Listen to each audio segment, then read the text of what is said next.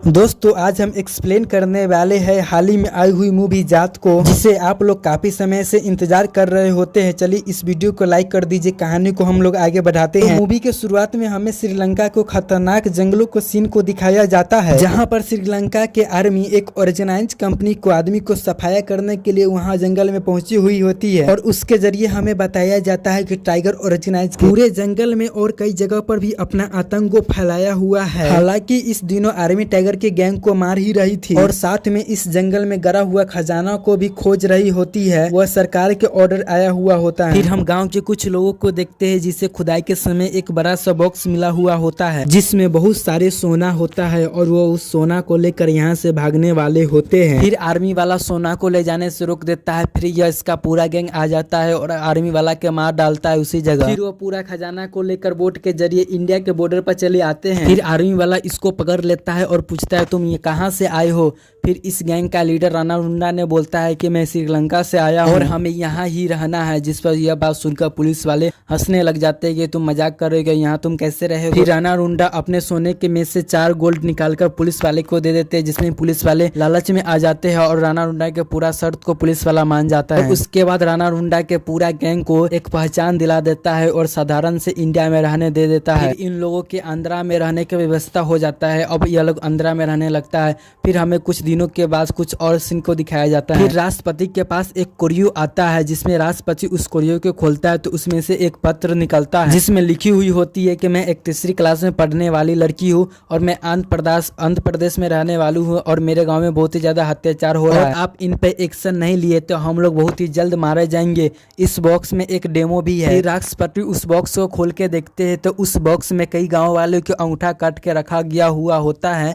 फिर राष्ट्रपति समझ जाता है कि मामला बहुत ही ज्यादा गंभीर है। फिर वो सीबीआई सत्यमूर्ति को बुलाते हैं और वो यह लेटर देकर कहते हैं इस केस को तुम्हें ही हैंडल करना है और उस गांव वालों को एक खरोच भी आंच नहीं आना चाहिए। यह बात सुनकर सत्यमूर्ति उस गांव वालों को बचाने के लिए चले जाते हैं। इधर गांव में एक किसान अपना खेत में हल चला रहा होता है, तभी उसे हल के द्वारा गांव में बहुत सारे आदमियों को लाश मिल जाता है। यह नजारा देखकर यह किसान सारा गाँव वाले को इकट्ठा कर लेता है और गाँव वाले इस लाश को देखकर सिर्फ रो ही जा रहे होते हैं। तभी वहाँ एक नई पुलिस विजय लक्ष्मी अपने पूरी टीम के साथ आती है और उसको यह नजारा देखकर उसका होश उड़ जाता है। तभी वह गांव वाले से पूछता है कि आपको किसी पर शक है तो उसका नाम बताइए, मैं उसे छोड़ूंगा नहीं। असल में विजय लक्ष्मी एक न्यू पुलिस ऑफिसर होता है, लेकिन डर के मारे गांव वाले किसी का भी नाम नहीं ले रहे। तभी उसी भीड़ में से एक बच्चा जोर से चिल्ला देता है कि इनको मारा होगा राणा तुंगे। तुरंत लक्ष्मी अपना पूरा टीम के साथ राणा तुंगे के घर जा रहे होते। तभी उसका सीनियर का फोन आ जाता है कि जहाँ तुम जा रही हो वहाँ गलती से भी मत जाना वरना अच्छा नहीं होगा। यह बात सुनकर आधा पुलिस ऑफिसर रास्ते में ही उतर जाते हैं और कहते हैं कि जब सर उनसे डर रहे तो हमारा क्या औकात है। पर विजय लक्ष्मी डरने वाली लड़की नहीं थी। वो अपने लड़की वाला के टीम को एक साथ कर विजय रुंगा को पकड़ने के लिए उनके घर चली जाती है। जैसे ही लक्ष्मी पुलिस के ड्रेस में विजय रुंगा के घर के अंदर घुसता है, वैसे ही उसका आदमी पुलिस का ड्रेस देखकर उस पर हमला करने लग जाता है। विजय लक्ष्मी भी उस गुंडों को चुन चुन कर मारने लग जाती है। फिर राणा तुंगा की पत्नी बाहर निकलती है और विजय लक्ष्मी के सारा टीम को अपने घर के अंदर ले जाती है। यहाँ पर वो पूछती है आपको क्या चाहिए, लेकिन विजय लक्ष्मी तो राणा तुंगा को गाली देने लग जाती है। फिर थोड़ी देर के बाद कहती है मैं उसे ले जाने के लिए आई हूँ, और फिर गुस्से में उन पुलिस ऑफिसर के मारने लग जाती है और गुस्से में उन सारे पुलिस ऑफिसर के अपने गुंडे से कपड़ा भी उतरवा देती है। विजय लक्ष्मी और उनके पूरा साथी उन गुंडे के सामने कुछ भी नहीं कर पाती है। फिर भारती उसको विजय लक्ष्मी से कहती है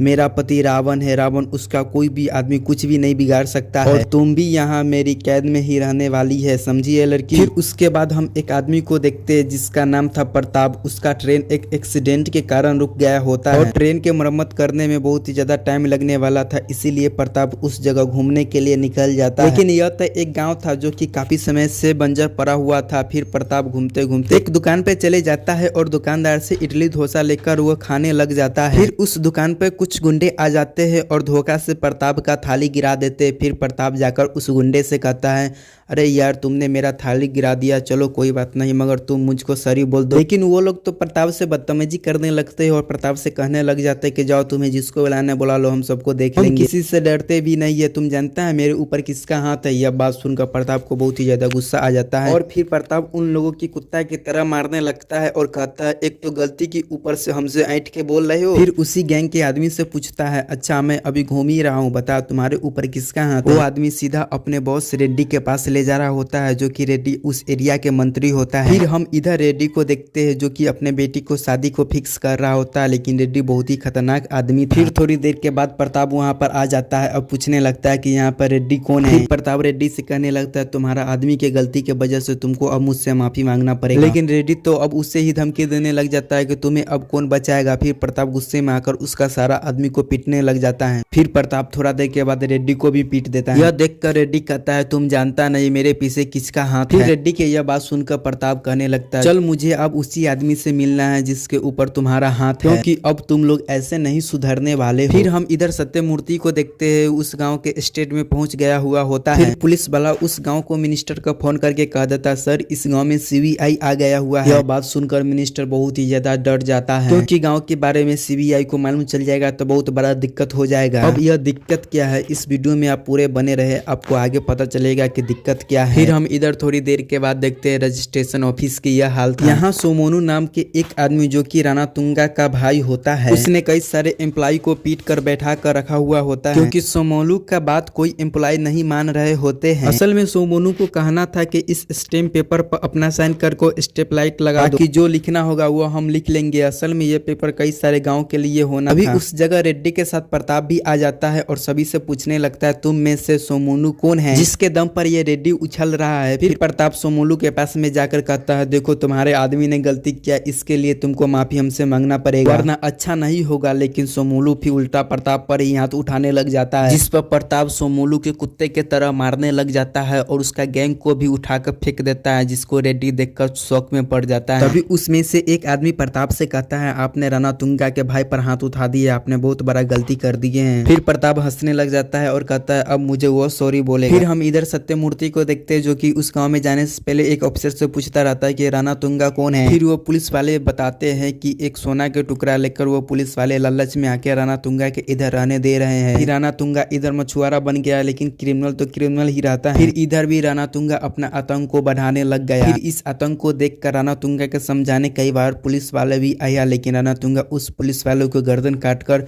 उसे मार डाला। ऐसे ही राणा तुंगा आदमी को मार मार कर अपना 40 गांव में अपना आतंक को फैला कर रखा हुआ है, और इसी डर के कारण गांव के कोई भी आदमी इसके खिलाफ एक्शन नहीं लेता है, क्योंकि राणा तुंगा एक सनकी आदमी है जो कि कभी क्या कुछ कर दे किसी को भी कुछ नहीं पता है। यहाँ पर राणा तुंगा अपने गैंग को बड़ा करने के लिए 18 से 20 साल को लड़कों को नशा कराया है और अपने गैंग में भी उन सभी लड़कों को जोड़ कर रखा हुआ है। फिर वो अपने परिवार को श्रीलंका से इंडिया लाया है और अब वो यहाँ राजा की तरह रहता है। और इधर प्रेजेंट में प्रताप सोमोनू का लेकर सीधा राणा तुंगा के घर में पहुंच आता है। फिर प्रताप को देखकर सभी चौंक जाता है कि इसने राणा तुंगा के भाई को सोमोनू का हाथ कैसे लगाया।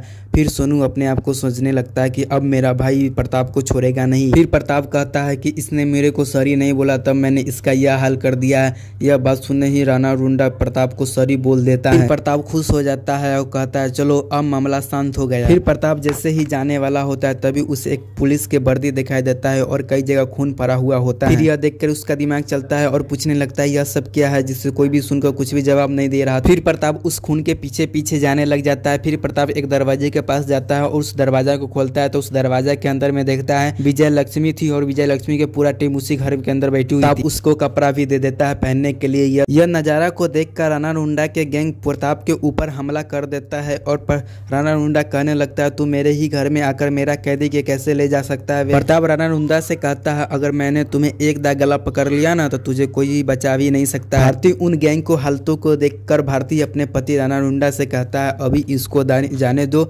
बाद में हम इसको देख लेंगे। फिर राणा रुंडा उसे जाने देता है। फिर वही मिनिस्टर आके सत्यमूर्ति से कहता है मैं तुझे दुनिया भर का सोना दूंगा और तुझे रिटायरमेंट के बाद तुम्हें मैं एक गाँव का मिनिस्टर भी बना दूंगा, सिर्फ तुम उस गांव में मत जाओ और झूठी रिपोर्ट राष्ट्रपति के दिखा दो कि गांव में सब कुछ सही है। लेकिन सत्यमूर्ति भी किसी से कम नहीं था, सत्यमूर्ति उन गुंडे के बात नहीं मानता है। फिर इधर राणा रुंडा बहुत ही ज्यादा गुस्सा में होता है कि कैसे प्रताप मेरे घर में घुसकर इतना सब कहकर सीधा सलामत चला गया। उस समय उस मिनिस्टर का कॉल आता है, कहता है कि यह मिनिस्टर कुछ भी बात मान ही नहीं रहा है, जल्दी से आप कुछ कीजिए नहीं तो यह मिनिस्टर अपने गाँव में पहुंच जाएगा। फिर सत्यमूर्ति जैसे ही गाँव में एंट्री कर रहा होता है तभी राणा रुंडा के एक ट्रक आकर उस सत्यमूर्ति को कार का उड़ा देता है। फिर हम देखते हैं प्रताप की गाड़ी के पीछे राणा टुंडा के आदमी पीछा पर लग जाते हैं। फिर उस जगह लड़ाई शुरू हो जाता है। फिर प्रताप उस जगह कई गुंडे को भी मारते भी है, लेकिन उसी में से एक पुलिसकर्मी बहुत ही ज्यादा घायल हो जाती है। फिर हम इधर सत्यमूर्ति को देखते हैं जो कि अभी तक जिंदा ही था। सत्यमूर्ति का पहले ही पता चल गया था कि उस पर हमला होगा,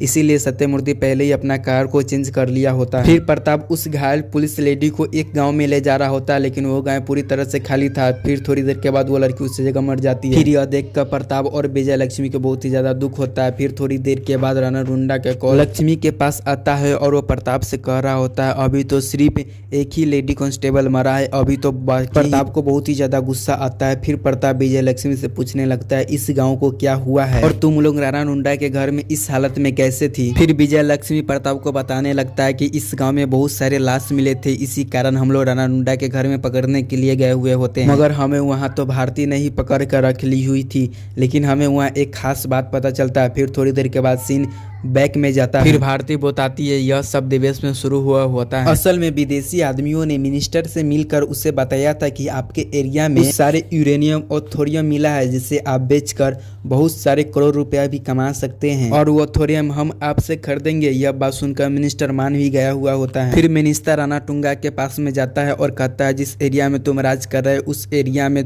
थोरियम मिला है, जिसे तुम बेचकर बहुत सारे करोड़ का मालिक भी बन सकते हो। फिर राणा टुंगा सोचने लगता है कि अब मैं इस देश को छोड़कर अपना देश श्रीलंका में चले जाऊंगा और मैं वहां राजा की तरह जिंदगी जूंगा, जहां पर फिर मेरा सरकार भी अपना ही रहेगा। फिर इस डील के लिए राणा टुंगा मान जाता है और अब उससे कैसे भी कर इस गाँव को खाली करवाना था, जहाँ पर विदेशी आदमी आकर थोरियम को निकाल सके। फिर इसलिए राणा टुंगा गाँव को खाली करवाने लगता है और बहुत सारे आदमी को भी मारने भी लगता है, जिसके कारण आदमी डर के कारण इस गाँव को छोड़ के जाने भी लग जाते हैं। फिर उसी में से एक लड़की वीडियो बनाकर सोशल मीडिया पर डाल देता है कि हम लोगों को बचा लीजिए, यह राणा टुंगा हम लोगों को बेघर कर रहा है। जैसे ही यह वीडियो मिनिस्टर को देखता है तो मिनिस्टर बहुत ही ज्यादा गुस्सा हो जाता है और अपने पुलिसकर्मी को भेज कर कहता है उस लड़की को जल्दी से जाकर सबक सिखाओ, और उस लड़की को पुलिस आकर बहुत ही ज्यादा मारती है। उस लड़की के बीच गाँव में उसका कपड़ा फाड़ देते हैं, जिससे पूरा गाँव वाले देखते ही रह जाते, लेकिन कोई भी आदमी उसमें से कुछ नहीं कर पाता है। विजय लक्ष्मी प्रताप से बताता रहता है कि अब राणा टुंगा के आदमी मुझे भी नहीं छोड़ा है, हम लोगों के भी दुष्कर्म किया है। फिर वहाँ पर एक औरत सुन रही होती है सारा बात। फिर प्रताप उससे पूछता है क्या एक भी गाँव वाला आवाज नहीं उठाया है अभी तक राणा टुंगा के खिलाफ। फिर वो औरत बताती है एक गाँव ने हिम्मत की थी मगर पुलिसकर्मी उसको बहुत ही ज्यादा मारा। फिर हमें प्रेजेंट सीन में दिखाया जाता है कि वो गाँव वाले आधा मार खाकर आए तो वो गाँव को आधा छोड़कर जाने लग जाते हैं और जिंदा बच पाएंगे तो आगे अपने फैमिली को बचा पाएंगे।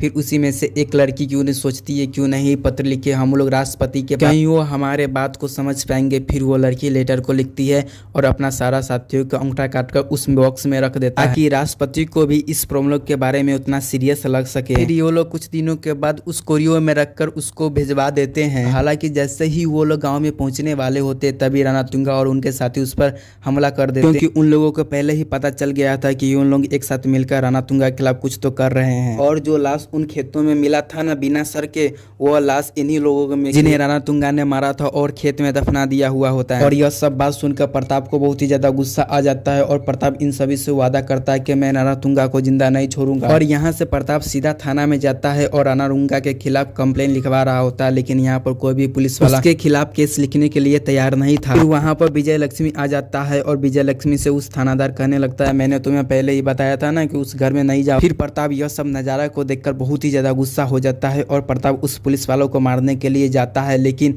उनमें के सभी पुलिस वाले एक साथ मिलकर प्रताप को उसमें से जंजीर से बांध देता है। फिर हम देखते हैं कि प्रताप इन वर्दियों वालों पर हाथ उठाना नहीं चाह रहा होता है। फिर यह वर्दी वाला राणा टुंगा को फोन करके कहता है कि आपका शिकार मेरे पास है। फिर सोमूल थाना में पहुंच जाता है और प्रताप को मारने ही वाला होता है। तभी जेल में से एक कैदी बोलता है पहले देख तो लो कहीं यह जानबूझ को तो शांत नहीं है, क्योंकि मैं इस आदमी को जानता हूँ, ये आदमी एक बहुत बड़ा ही बुलडोजर है। फिर वो जेल कैदी इसके बारे में बताता है कि मैं भी एक जेल में था तब यह उस जेल में आया हुआ होता है। फिर कुछ दिनों के बाद एक बड़ा गैंग ने इस आदमी से जब टक्कर लिया हुआ होता है, जब इस आदमी ने ऐसा मारा उसे कि कुछ दिनों तक वो आदमी खड़ा भी नहीं नहीं हो रहा है अपना बैठ। फिर प्रताप बहुत ही ज्यादा गुस्सा में होकर वो एकाएक उठता है और कुर्सी को तोड़ फाड़ देता है। फिर उसके बाद सोमूल को सभी के आदमियों को मारने लग जाता है। फिर और विजय लक्ष्मी भी उस कुछ पुलिसों वालों को भी बहुत ज्यादा ही मारती है। फिर राणा रुंडा जैसे ही थाना में आता है तो देखता है बहुत सारे पुलिसकर्मी मरा हुआ होता है। तभी वो अपने भाई को मरा हुआ देखकर बहुत ही ज्यादा गुस्सा हो जाता है। फिर सत्यमूर्ति उसके फ्रेंड के जरिए पता चलता है इसका फेस स्कैन करने पर सर ये तो एक बहुत ही बड़ा क्रिमिनल है जो कि टाइगर गैंग का कालन है। सत्यमूर्ति को यह बात सुनकर बहुत ही ज्यादा होश उड़ जाता है और कहता है यह क्रिमिनल यहाँ छुपा हुआ है। फिर सत्यमूर्ति आर्मियों में फोन करता है और कहता है मुझे जल्दी स्पेशल फोर्स चाहिए, एक बहुत ही बड़ा क्रिमिनल को पकड़ने के लिए जाना है। फिर वो ऑफिसर बोलता है कि आपको इतना जल्दी आर्मी अभी नहीं मिल सकता है, लेकिन वहाँ पर एक मेरा आदमी है जो कि अभी ही ट्रैक किया गया है, वो आपकी मदद कर सकता है, वो अकेला ही काफी है क्योंकि वो एक जाट रेजिमेंट का ऑफिसर है। अब हमें पता चलता है कि वो कोई और नहीं बल्कि प्रताप ही है। तभी राणा टुंडा उस गांव में पूरा पेपर को लेकर पहुंच जाता है जिसमें उन गांव वाला के अंगूठा था और वो गुस्से में पूरा गांव वाला के भी उठा के लिए आया हुआ होता है। कुछ देर के बाद वो विदेशी आदमी चले आता है और विदेशी आदमी बोलता है इस डील के बदले तुम्हें 25,000 करोड़ रुपए। फिर राणा रुंडा कहता है इससे पहले मैं अपना पूरा बदला पूरा कर लूं। फिर राणा रुंडा उस गाँव वाला को तरपा के मारने लग जाता है। फिर थोड़ी देर के बाद प्रताप अपना एंट्री मारता है और राणा रुंडा के आदमी को जबरदस्त मारने लग जाता है। यह देखकर राणा रुंडा एक छोटी सी बच्ची को लेकर उसके ऊपर गन को तान देता है। फिर प्रताप जैसे तैसे करके उस बच्ची को बचा लेता है। प्रताप बहुत ही ज्यादा गुस्सा हो जाता है। उसके बाद उस राणा रुंडा को लटका के मारने लग जाता है और फिर उसको राणा रुंडा को जान से ही मार डालता है। इधर विजय लक्ष्मी भारती को जैसे ही पकड़ने के लिए जाती तब भारती अपने आप को गोली मारकर मर जाती है। फिर सत्यमूर्ति जैसे ही वहां पहुंचता है तो राणा रुंडा का मरा हुआ देखकर वो फिर राष्ट्रपति को फोन करके कह देता है कि हमें आने से पहले ही इस वार को एक सोल्डर ने खत्म कर दिया। सत्यमूर्ति उसका नाम बता देता है कि उसका नाम प्रताप सिंह है। उसे नाम सुनकर राष्ट्रपति बहुत ही ज्यादा खुश हो जाती है। इसके बाद यह मूवी यहाँ पर ही खत्म हो जाती है। यह मूवी आप लोगों को कैसा लगा है आप लोग कमेंट करके जरूर बता दीजिएगा। जय हिंद जय भारत।